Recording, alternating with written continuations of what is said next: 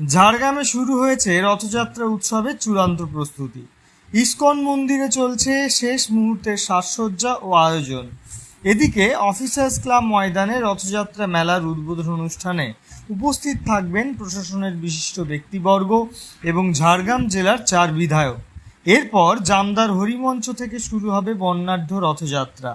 ভক্তদের ঢল, ধর্মীয় আবহ এবং উৎসবের আনন্দে মুখর হয়ে উঠতে চলেছে গোটা ইসকন ঝাড়গ্রাম রথযাত্রা মহোৎসব সমস্ত ভক্তদের উদ্দেশ্যে আগামীকাল রথযাত্রা মহোৎসব উপলক্ষে জামদা হরি মন্দির থেকে ইসকনের রথযাত্রার সূচনা হবে।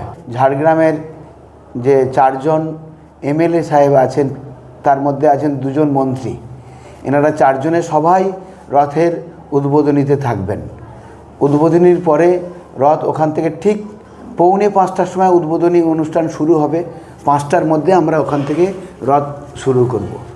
ওখান থেকে রথ শুরু হওয়ার পরে অফিসার্স ক্লাবের মাঠে রথযাত্রা সমাপ্ত হবে।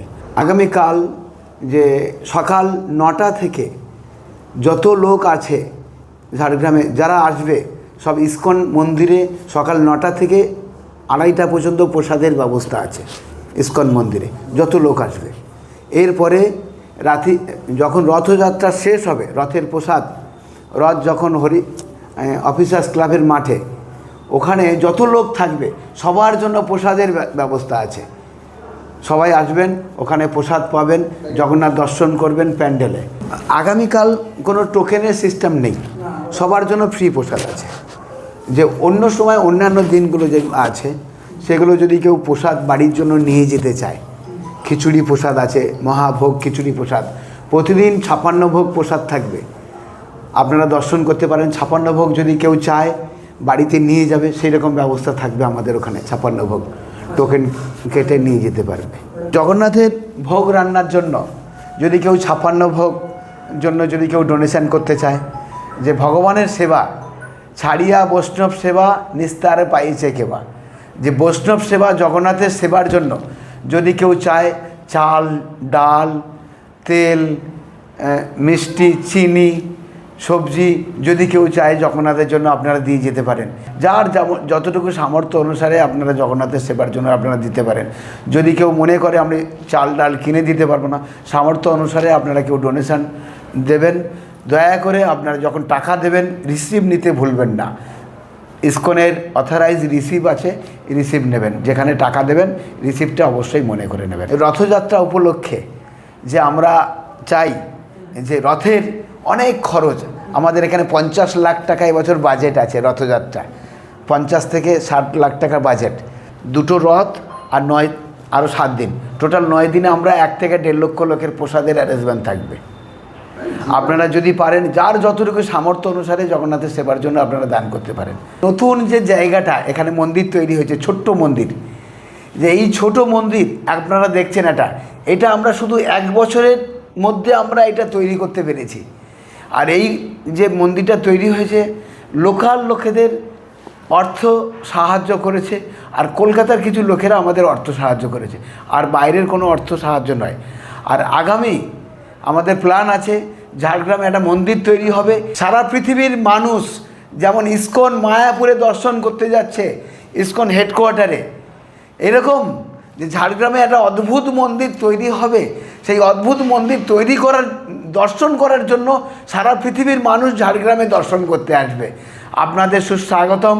ঝাড়গ্রামবাসীদের জন্য সুখবর। অদ্ভুত মন্দিরের একটা উদ্দেশ্য হচ্ছে কি, আমাদের ইসকনের ফাউন্ডার আচার্য ছিল অভয় চরণ অরবিন্দ ভক্তি বেদান্ত স্বামী ছিল বহুপাদ যেদিন গৃহত্যাগ করেছিলেন, গৃহত্যাগ করে এই ঝাড়গ্রামে এসে প্রথম ছিলেন।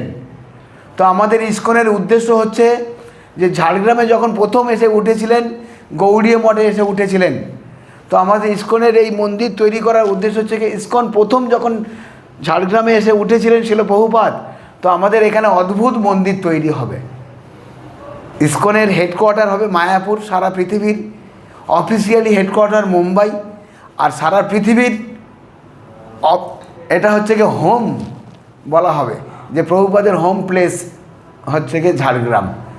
সারা পৃথিবীর মানুষ হোম প্লেস দর্শন করতে আসবে। হরে কৃষ্ণ। 6:15 সন্ধ্যা আরতি শুরু হয় 7টা পর্যন্ত। 7টার পরে থেকে গীতা পাঠ, সকালবেলা মঙ্গল আরতি 4:30টায় মঙ্গল আরতি হয়, 4:30 থেকে 5:30 পর্যন্ত মঙ্গল আরতি। তারপরে 6টার সময় বন্ধ হয়ে যায়। তারপরে 7টা থেকে দর্শন আরতি, 8টার সময় ভাগবত পাঠ হয় 9টা পর্যন্ত। তারপরে 1টার সময় মন্দির বন্ধ হয়, 4টের সময় মন্দির খোলে। এইরকমভাবে আমাদের সারাদিনের প্রোগ্রাম। জগন্নাথ, জগতের নাথ এসে গেছে। এখানে অনেক বড় 3.5 ফুট হাইট জগন্নাথ। আপনারা সবাই জগন্নাথকে দর্শন করলে অভিভূত হয়ে যাবেন, মোহিত হয়ে যাবেন। এত জগন্নাথ, আর খুব কৃপালু জগন্নাথ। এখানে 1 বছর হয়েছে আমাদের, গত জন্মাষ্টমীতে আমাদের মন্দিরটা উদ্বোধন হয়েছে।